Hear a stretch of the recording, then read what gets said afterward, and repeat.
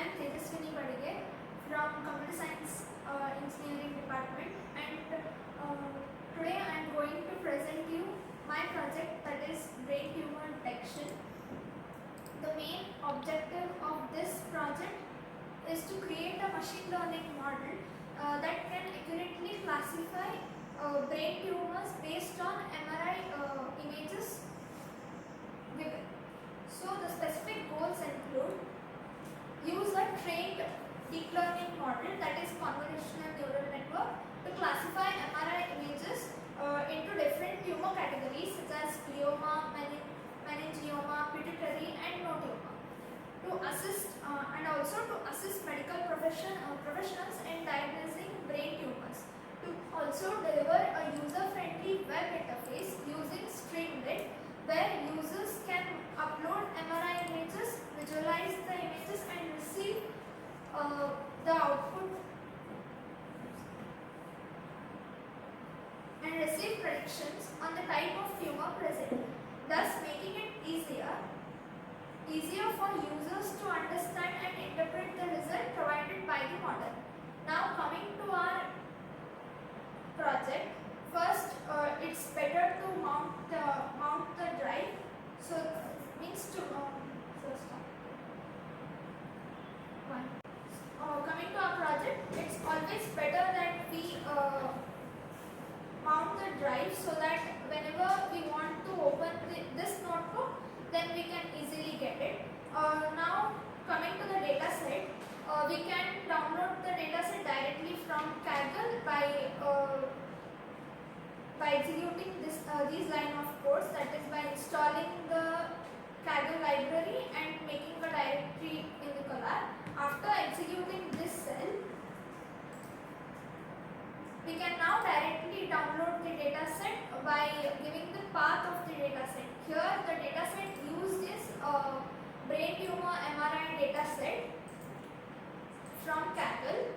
After downloading the data set, we need to unzip the data set, because so to process the data well. Now after unzipping, it's important that we should understand our data set, how it is, what all it contains. So our brain tumor MRI data set has two files, that is training and testing.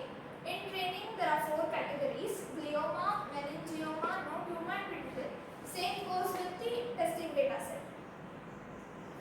It also contains 4 categories, and then after understanding the data set well, now we need to pre-process the data. For pre-processing the data, we need to import some libraries and some functions. Now starting with OS library, that is to manage file directories. CV2, it is nothing but OpenCV to work with the images, and NumPy to handle the arrays,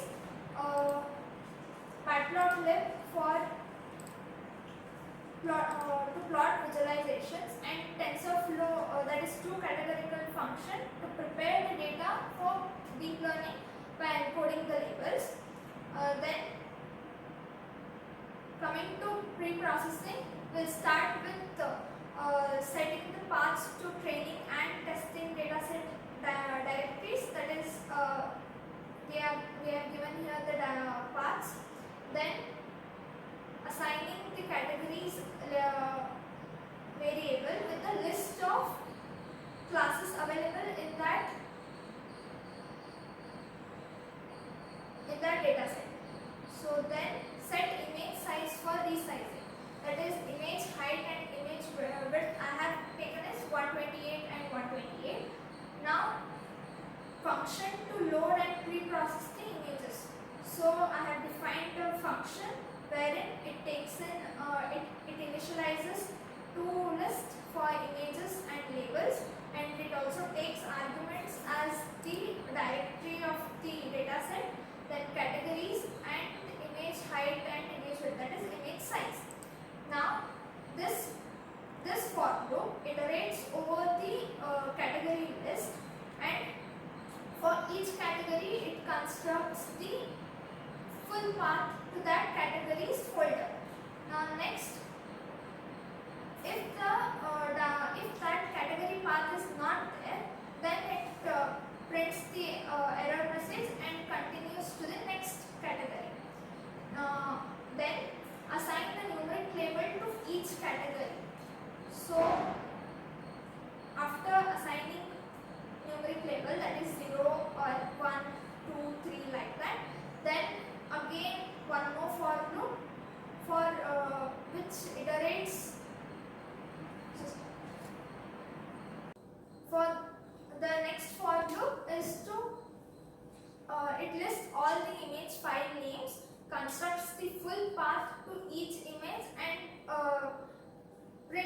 current processing image path.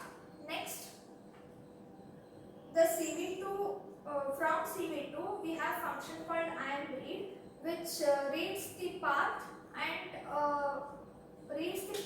converts it to grayscale, that is the single channel. Then if that image is not there, again it prints the error message and continues to the next image. Then we need to resize the image. For that we are giving that image path, then the image height and width which is specified above. After resizing the image, that image is going to be appended to the image list, and the labels are going to be appended to the labels list. Here we have also used the exception handling, so that if any image is not there or any error corrupt images are there, then it will throw the exception and it will be handled. Then after writing the function, we need to convert the list to numpy array and normalize the pixel values. So the images will be converted to array, and dividing it by 255.0 is nothing but normalizing to range 0, 1, and also we need to reshape the images by using the function reshape, where -1 represents number of images. Image height is nothing but 128, image width is 128, and 1 is nothing but the channel. Now then the labels are also converted to array, and then those images and labels will be returned by the function. Now coming out of the function, we need to load and pre-process the training images.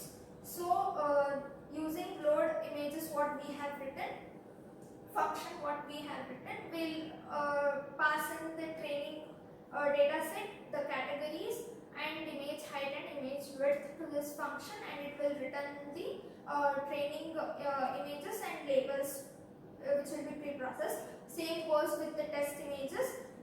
There we need to load the testing data directly. Then converting the labels to one-hot encoding. That is, we need to convert it to vectors. To convert to vectors, we are using two categorical function. Here the vectors will be in the form of 1, 0, 0, 0, where it represents that it belongs to first category. Now then after doing all the pre-processing, we will print the training data shape and testing data shape, so as to ensure that everything is correct, that is accurately the images are pre-processed. So the final output will be training data shape. We have 5712 images of dimension 128 and 128 with channel as 1, and label shape is, this is nothing but number of images, and there are 4 categories, so it will be 4. Same goes with the test. Here images are 1311, and the label shape will be also the number of images and the dimension. After pre-processing the data, we need to build the model. So to build the model, we need necessary functions or libraries. Those libraries are TensorFlow. The TensorFlow is used for creating and training deep learning models. So then sequential is a linear stack of layers, meaning that each layer has one input and one output. Then conv2D, it is nothing but a 2D convolutional layer used for extracting features from images. And max pooling 2D, a pooling layer used to downsample the image and to reduce the dimensionality. Then comes the flatten. It flattens the output from the convolutional layers into 1D array for feeding it to the dense layer. And the dense layer is a fully connected layer where each neuron is connected to all neurons in the previous layer. Last is nothing but the dropout. So it is a regularization technique to reduce the overfitting by randomly dropping out the neurons during the training.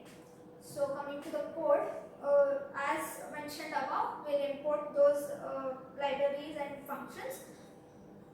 After importing them, again we need to define the model. So for defining the model, we have function called KLEIT model, wherein it takes in image height, image width, and number of classes. So model here is sequential; it is a linear stack of layers. Then we'll add the first convolutional layer. Here the function is add.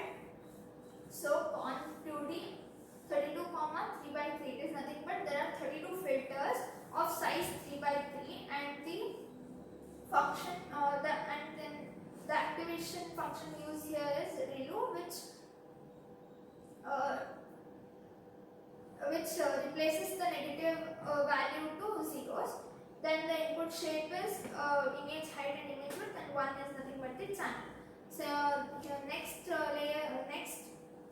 layer is max pooling 2D. Here it will be pool size will be 2 by 2, that is maximum range. Then we will add the second convolutional layer. Here with more filters, that is 64 filters of size 3 by 3. More the filters, the model will be trained well.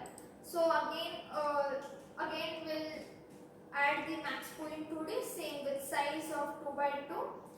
Then again the third convolutional layer, wherein now the filters is increased to 128 of size 3 by 3, and the pool size for max pooling will be remain same, that is 2 by 2. Then we'll flatten the output for dense layers. After flattening the layers, we'll add the dense layer, which has total of 128 neurons, and drop out 0.5 is nothing but it is going to reduce the layer by 50%, that is 50% neurons will be dropped out while training. Now last, the output layer for classification is number of classes, that is 4 will be the total number of neurons, and softmax is used so as to increase the accuracy. Then after adding all the layers, we need to compile the model. So for compiling the model, we have function called compile. It has here we have used Adam optimizer, and then the loss function uses categorical cross entropy. Then the matrix uses accuracy matrix, so that loss function and accuracy will be determined correctly. After defining the model, we will return the model. Now we have just defined the model. We need to create the model. For creating the model, first we will take the categories length, that is nothing but number of classes. Then comes the model. For model, we will call the function by passing the arguments as image height, image width, and number of classes. This code will create the model. Then we'll take out the model summary. What is the summary? So the function is dot summary. This table tells us what our model is, like how it is built. So here the first layer, con 2D, it is though we had given that input dimensions as 128 by 128, after 3 by 3 layer is applied, it will be reduced to 126 by 126, and 32 filters are there, so it will remain same, and total parameters are 320. Again, for max pooling 2D, here the previous layer will be reduced by half, that is 2 by 2. It does not need any parameters to be trained, so it will be 0. Same goes with all these layers. Then the final dense layer will be of 4 neurons, that is the total number of categories. We have 4. Then after taking the summary and all, we need to train the model. To train the model, we have the function called fit, and here we are passing the train images and labels. then the epochs is equal to 10, that is nothing but the model will be trained for 10 times. That will it will undergo training 10 times against the test images. So validation data here is test images with a batch size of 32. After training the model, we need to evaluate the model on testing set. So here we'll evaluate by taking the function evaluate, passing the test images and test labels. This here print message will be like test accuracy, that test accuracy will be given here. So our model is of 96% accuracy, which is good, but we can train more. Then coming to plotting, that is visualizing our accuracy and loss values, we have written a normal matplotlib functions. Here we can see that the model accuracy is increasing and model loss is decreasing, which is a good model. Then after training the model, evaluating the model, we need to save the model. So to save the model, we have model.save and we will save it in drive so that we can use it anytime. Next, after saving the model, we'll load the model using the function keras.models from TensorFlow. Then to load the model, we need to give the path of that model where we have saved it. Then using sklearn matrix will plot the confusion matrix, wherein it tells us that how much accurate our model is, at what for which category how much accuracy is maintained. So here the confusion matrix is like this. So after doing all our model, we need to visualize it. So to visualize it, we are using the Streamlit. It is a free software where we can deploy our model. So first we need to install the Streamlit. After installing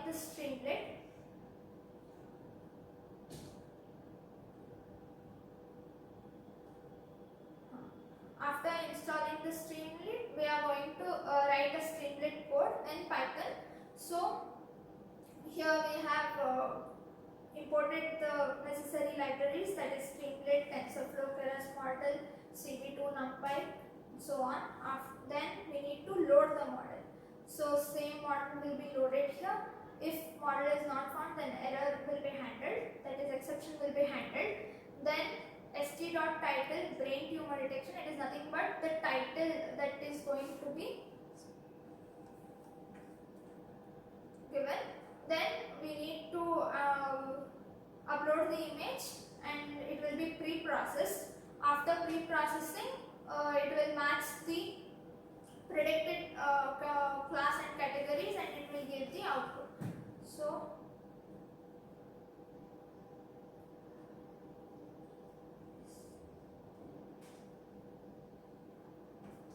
install the local tunnel. After installing, we are going to run this code.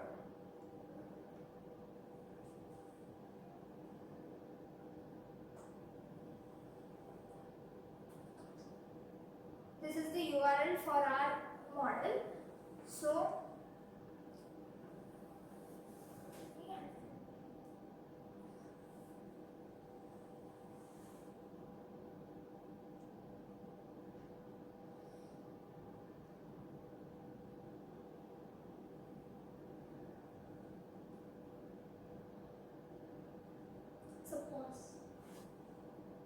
So this is our interface wherein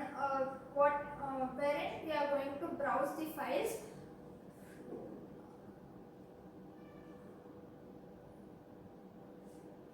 This image is for no tumor. If our model detects it properly, then it is working well.